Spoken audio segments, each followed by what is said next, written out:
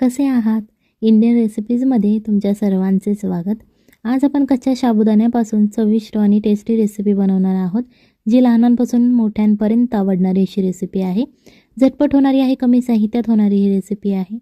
या रेसिपीसाठी सगळ्यात पहिल्यांदा आपल्याला 2 बटाटे घ्यायचे आहेत.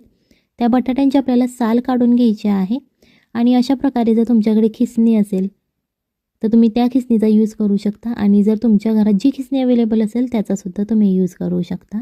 बटाटे आपल्याला सगळ्यात पहिल्यांदा खिसून घ्यायचे आहेत आणि हे लक्षात ठेवा की हे मी कच्चे बटाटे वापरलेले आहेत, उकडलेले नाही. सो तुम्हीसुद्धा अशा प्रकारे कच्चे बटाटेच वापरायचे आहेत. सगळ्यात पहिल्यांदा हे 2 बटाटे आपल्याला खिसून घ्यायचे आहेत. आता तुम्हाला दिसत असेल बघा, 2 बटाट्याचे एवढं सगळं आपलं खिसलेला बटाटा मिळतो. एका मिक्सरच्या भांड्यामध्ये आपल्याला 1 कप कच्चा साबुदाणा घालायचा आहे. साबुदाणा घालायचा, यामध्ये पाणी बिलकुल पण घालायचं नाही.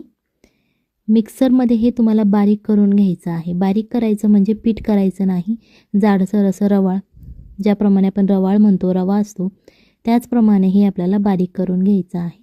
कारण रेसिपी करण्यासाठी सोपं जातं. पीठ बिलकुल करू नका. याच्यानंतर तिखटपणा येण्यासाठी आपल्याला हिरवी मिरची घालायची आहे. इथे मी 2 हिरव्या मिरच्या घेतलेल्या आहे. तुम्ही तुमच्या इच्छेनुसार, चवीनुसार मिरचीचं प्रमाण कमी जास्त करू शकता. आणि आता हे आपल्याला मिरची घालून झालेली आहे. याच्यानंतर आपण जो बटाटा किसून घेतला होता तो स्वच्छ पाण्याने धुवून घ्यायचा, जेणेकरून बटाटा लाल पडणार नाही.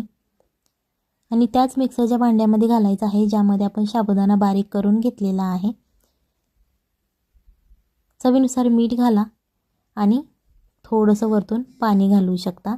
अर्धा ते 1 चमचा पाणी घातलं तरीही चालेल, जास्त घालू नका, कारण बटाट्यामध्ये पाणी असतं. सो त्याच्यासाठी हे छान असं आपल्याला मिक्सरमधून बारीक करून घ्यायचं आहे. अशा प्रकारे आपलं हे बॅटर तयार झालेलं आहे.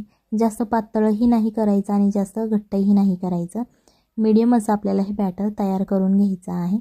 एका बाउलमध्ये आपल्याला हे बॅटर काढून घ्यायचं आहे आणि हे बॅटर तुम्ही काढणार तेव्हा याच्यामध्ये थोडंसं पाणी घालून घ्या, जेणेकरून बॅटर तुमचं वाया जाणार नाही. तुम्ही हाताने सुद्धा पुसून हे बॅटर घेऊ शकता, जेणेकरून कोणतंही अन्न आपलं वेस्ट जाणार नाही. यामध्ये पाणी घालून झाल्यानंतर हे बॅटर परत एकदा मिक्स करून घ्यायचं आहे, जेणेकरून ते छान असं एकजीव तयार होईल. याच्यानंतर आपल्याला अर्धा चमचा जिरे घ्यायचे आहेत, अर्धा चमचा मोहरी घ्यायची. आणि इथे एक टीप आहे, जर मोहरी तुमच्याकडे उपवासाला खात नसतील तर तुम्ही नाही घातली तरीही चालेल. 1 चमचा सफेद तीळ घ्यायचे आहेत आणि अर्धा चमचा लाल तिखट. ही लाल तिखट मी मिरची पूड वापरलेली आहे, कोणताही गरम मसाला यामध्ये वापरायचा नाही.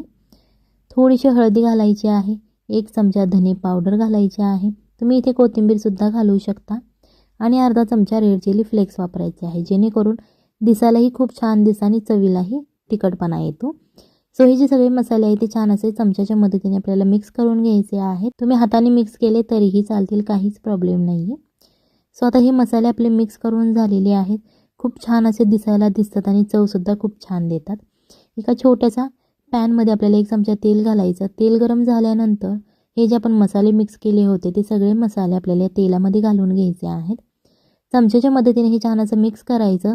मिक्स झाल्यानंतर गॅस लगेच बंद करायचा आहे, जेणेकरून तुमचे मसाले जास्त शिजणार नाहीत, फक्त ते गरम होतील आणि चवसुद्धा खूप छान देतील. नाही तर तुम्ही गॅस चालू ठेवला तर तुमचे मसाले करपले जातील आणि चव छान येणार नाही. अशा प्रकारे आता आपला हा मसाला छान असा भाजून झालेला आहे. याच्यानंतर आता जे आपण पीठ भिजत ठेवलं होतं ते पीठ घ्यायचं आहे आणि जे आपण मसाले फ्राय केले आहेत ते मसाले या पिठावरती घालून घ्यायचे आहेत. सगळे घालून घ्यायचे आहेत, अर्धं वगैरे असं घालायचं नाही, कारण या रेसिपीसाठी आपण जे प्रमाण घेतलं होतं मसाल्यांचं ते सगळं आपल्याला या रेसिपीमध्ये पडलं पाहिजे, जेणेकरून याची चव खूप छान लागते. ही रेसिपी तुम्ही नक्की घरी ट्राय करा, खूप छान चव लागते या रेसिपीची. आणि उपवासाला आपल्याला खिचडी खाऊन कंटाळा आलेला असतो, सो एखादा नवीन चेंज असा आपल्या आयुष्यामध्ये हवा असतो. सो त्याच्यासाठी आज आपण ही रेसिपी बनवणार आहोत. इथे आपल्याला ग्लास घ्यायचा आहे आणि प्लॅस्टिकची पायपिंग बॅग घ्यायची आहे, जी केकवाले यूज करतात क्रीम भरण्यासाठी, डिझाईन काढण्यासाठी. सो ती प्लॅस्टिकची बॅग घ्यायची आहे आणि अशा प्रकारे ग्लासमध्ये ती फिट करून ठेवायची. जर तुमच्याकडे प्लॅस्टिकची बॅग नसेल तुम्ही कपडा घेतला एखादा तरीही चालेल. रुमालसुद्धा घेऊ शकता, पण तुम्हाला तो रुमाल कट करावा लागेल. सो अशी प्लॅस्टिकची बॅग घ्या आणि जे आपण बॅटर तयार केलेलं आहे ते बॅटर आपल्याला या ग्लासमध्ये घालून घ्यायचं आहे. जेवढं बॅटर यामध्ये बसत आहे तेवढंच घाला, जास्त ओव्हर घालू नका, नाही तर तुम्हाला ते पकडता येणार नाही. बॅटर आपलं घालून झालेलं आहे. आता याच्यानंतर ग्लासमधून हे बाहेर काढून घ्यायचं आहे आणि बॅटर थोडंसं खालच्या बाजूने दाबून घ्यायचं आहे, जेणेकरून ते पूर्ण खाली सरकलं जाईल. यामध्येच निघून जातं, सो टेन्शन घेऊ नका. परत हे ग्लासमध्ये ठेवून द्यायचं आहे, जेणेकरून ते छान असं सेट होतं. जराशी एका कढईमध्ये आपल्याला तेल घ्यायचं आहे आणि थोडासा जो पुढचा भाग आहे तो कैचीने कापून घ्यायचा, जेणेकरून यामध्ये जे बबल्स तयार झालेले आहेत ते निघून जातील. तुम्हाला हवं तेवढं तुम्ही कापू शकता आणि अशा प्रकारे तेलामध्ये तुम्ही चकल्या घालू शकता. तुम्हाला जो शेप आवडत असेल तुम्ही तो घालू शकता.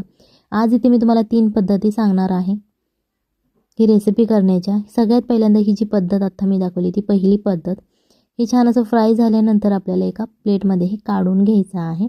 तुम्ही हे टिश्यू पेपरवरती सुद्धा काढू शकता, जेणेकरून जे एक्स्ट्राचं तेल आहे ते तुमच्या पोटात जाणार नाही. टिश्यू पेपर सगळं तेल सोक करून घेईल. सो त्याच्यासाठी टिश्यू पेपरचा तुम्ही यूज करा. आता जी ही दुसरी पद्धत आहे त्याच्यासाठी आपल्याला एक खिसणी घ्यायची आहे छोटी, जी आपण आलं खिसण्यासाठी वापरतो. ती ही खिसणी तेलामध्ये अशी ठेवायची 1 ते 2 मिनिटे, जेणेकरून गरम झाली पाहिजे. आणि गरम झाल्यानंतर अशा प्रकारे तुम्ही याच्यावरती चकली घालू शकता. चकली घातल्यानंतर परत ही खिसणी आहे ती तेलामध्ये सोडून द्यायची आहे, जेणेकरून छान अशी चकली फ्राय होईल. लक्षात ठेवा, चकली काढण्याचा सुरुवातीला प्रयत्न करू नका. जेव्हा ती चकली फ्राय होते तेव्हा ती आपोआप निघते. ही जी तिसरी पद्धत आहे, तुम्हाला माहिती आहे कुरकुरे वाकडे तिकडे असतात, सो त्याचप्रमाणे तुम्ही कुरकुरेसुद्धा बनवू शकता वाकडे तिकडे आणि फ्राय करू शकता. जे आपण साबुदाण्याचे पदार्थ तळतो ते सुरुवातीला लगेच चमच्याने हलवायचे नाहीत, नाहीतर ते चमच्याला तुमच्या चिकटले जातील. जेव्हा ते साबुदाण्याचे पदार्थ तेलामध्ये फ्राय होतात ते आपोआप वरती येतात. सो तुम्हाला काहीच टेन्शन घेण्याची गरज नाही. अशा प्रकारे आता आपले साबुदाण्याचे कुरकुरे तयार झालेले आहेत. सो ही रेसिपी नक्की घरी ट्राय करा, आपल्या फॅमिलीला खाऊ घाला आणि मग मला कमेंटमध्ये सांगा की कशी झाली. पुढच्या एका नवीन रेसिपीमध्ये. तोपर्यंत बाय बाय, टाटा.